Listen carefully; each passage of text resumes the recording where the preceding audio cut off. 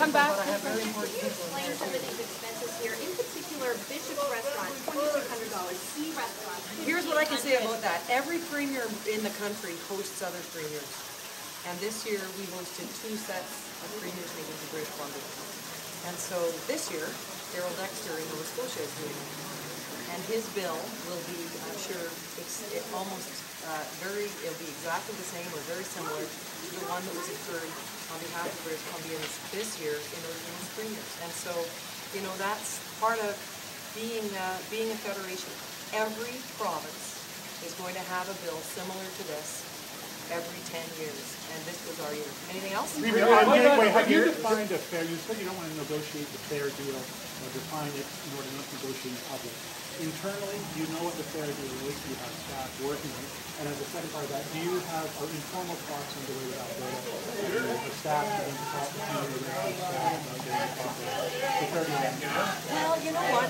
Premier Redford needs to decide he wants to come on board and restrictions can happen. So far, Alberta has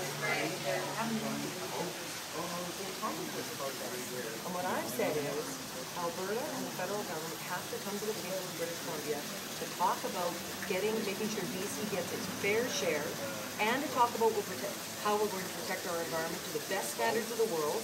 And once they do that, we can start talking about the issues. But if they don't do it, the pipeline will not happen. Do you have a figure in mind? No, not at the moment. What about we need to start having a conversation we need to actually get everybody at the table. Premier, with expenses, why not release more detail? Why not release receipts? And maybe some of this controversy will go away. Well, I don't know. I mean, I think you've got lots of receipts. I'm certainly hearing that you have them.